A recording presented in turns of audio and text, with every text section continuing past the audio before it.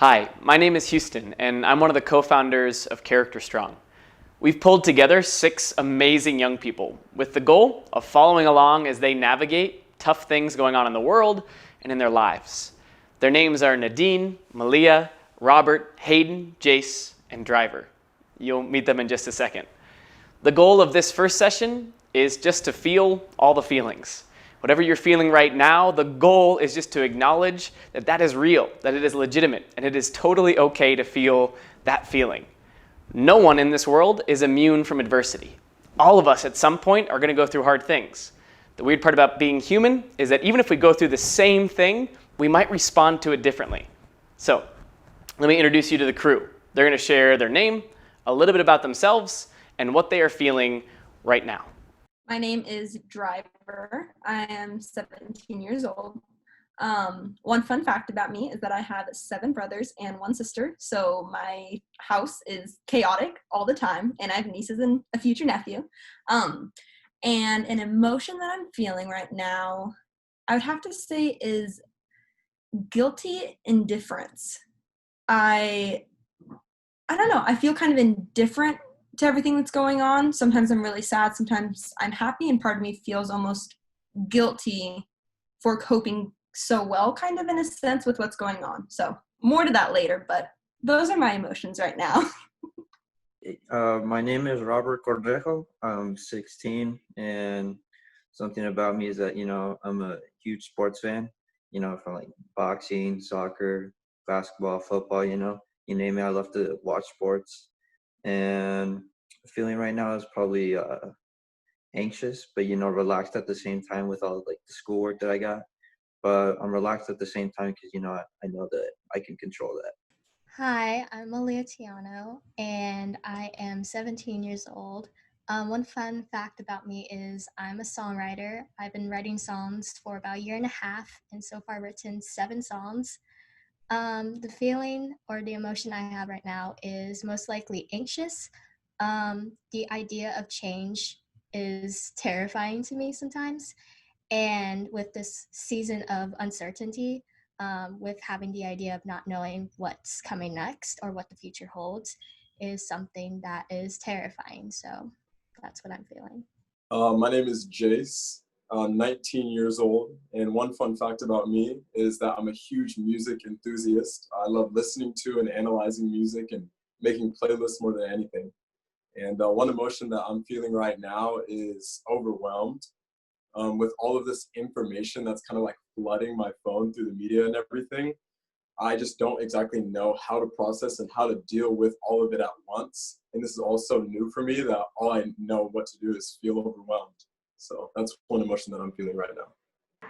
Hi, my name is Nadine Gibson. I'm 15 years old, and one fun fact about me is I'm what you would call an aspiring polyglot, which basically means I'm obsessed with languages, learning them, reading them, just anything about a bunch of different languages. And one emotion I'm feeling right now is, I guess, it's not really an emotion, but it's kind of just a feeling or a state, I guess. Just a lot of expectations. I feel like being out of school, because in school there are constantly all of these expectations, what you are expected to strive for, what you're expected to accomplish, what you're expected to feel, and things like that.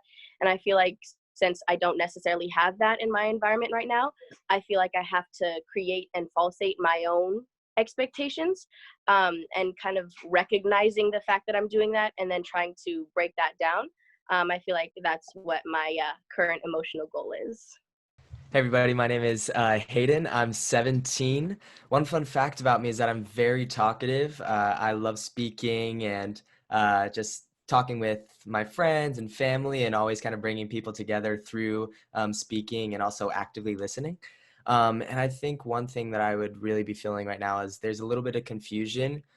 This year has definitely been one for the just like it's just been crazy. In November, I went through a school shooting, so I had 2 weeks off, and then I had 2 days canceled because of fires near my school. And so now with all this, I have almost 2-3 months canceled, and I'm just feeling really confused with why. But now it's more becoming understanding of that and knowing that it is happening for a reason. Well, I love you all very much. Gifts. These people are my favorite, and I hope some part of their story or what they're feeling right now connects with you. Whatever it is you're feeling right now, that feeling is totally real, it is totally valid. Feelings are not necessarily good or bad, they're just happening. But how we react or respond to those feelings, well, those choices we make based on the way we feel can either help us or hurt us. They can help others or hurt others. When you and I experience stress or anxiety in our life, our body tends to react in one of two ways, either threat or challenge. And the way that our body and our brains respond actually has a lot to do, consciously or unconsciously, with how prepared we think we are to handle that situation. Let's say you run into a bear in the woods. Most of us are going to experience that right away like a threat. We'll either run as fast as we can, or we'll freeze and fall down on the ground and curl up in a ball. But if for some reason you've been preparing, you have your bear mace with you, or you have read the wildlife handbook and you know exactly what to do in the situation, or you've been working out a lot and feel like you can take it. Whatever the situation, if you feel like you have tools in your toolbox to navigate that moment, your body's going to respond more in that challenge mode, which is rising up to meet whatever circumstance you're in. That's the goal. The data and all the research would tell us this. The worst way to handle stress is to run away from it, to avoid it. Big feelings don't get managed by running away or going around them. We have to go through them. Each session, we will provide you with 3 things. The first one is a dare, a challenge, a practical way to put these abstract ideas into action in your life right now. The second thing is a strategy, a way to respond to the world or your circumstances when things aren't necessarily going the way you want them to. And the third one is a practical exercise in gratitude, a way to put focus on the things that you're grateful for right now. The dare for this session is called Name It to Tame It. If we are feeling a certain feeling and we never bother to even think about what we're feeling, that feeling can remain totally unnamed. And a lot of times our emotions drive our behaviors without us even realizing it. It's like letting a stranger into your house and letting them do whatever they want. Don't let strangers eat your snacks. Don't let strangers into your kitchen or your room. Figure out what you're feeling and immediately you have more control over that thing. So the challenge is to think about whatever feeling you feel like you've felt the most over the past week. So for me, maybe it's I felt annoyed. And then the goal is to write a 6-word description of what that feeling means to you. Think about it like a bio in an Instagram. So if my word is annoyed, the 6 words might be every little thing bothers me big. When I'm annoyed, even small things can feel really massive and frustrating. The strategy for this session is called figure 8 breathing.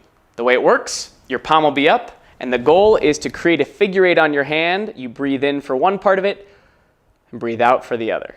It looks kind of like this. So the way it works is you're going to start in the middle of your palm, draw the top, breathe in, breathe out. So it's both like a tactile experience, like I'm feeling something, which is important, and then I'm slowing down my breath and becoming more conscious of my breath, which allows me to actually give more control over my mind and my body and my thoughts. Got it? Good. The final piece of the puzzle is the gratitude practice. My friend Scarlett Lewis says we can't have a grateful thought and an angry thought at the same time. That's because our brains operate linearly. We can only have one thought at any given moment. So when we focus on what we're grateful for, we actually free ourselves from concern or anxiety or stress, even just for that moment. So the challenge is this. Open up a new note on your phone or take out a piece of paper, and over the next week, your goal is to find 7 things, 7 specific things that you're grateful for in your life to share out when we get together next. All right, we got work to do. We got a dare, we have a strategy, and we have an opportunity to practice gratitude. Can't wait to connect with the Character Strong crew again to see how those students are navigating in their lives. I hope it goes well for you. May we show up, rise up to the challenge, wrestle that bear, and not let strangers in the house. See you next time. Y'all in?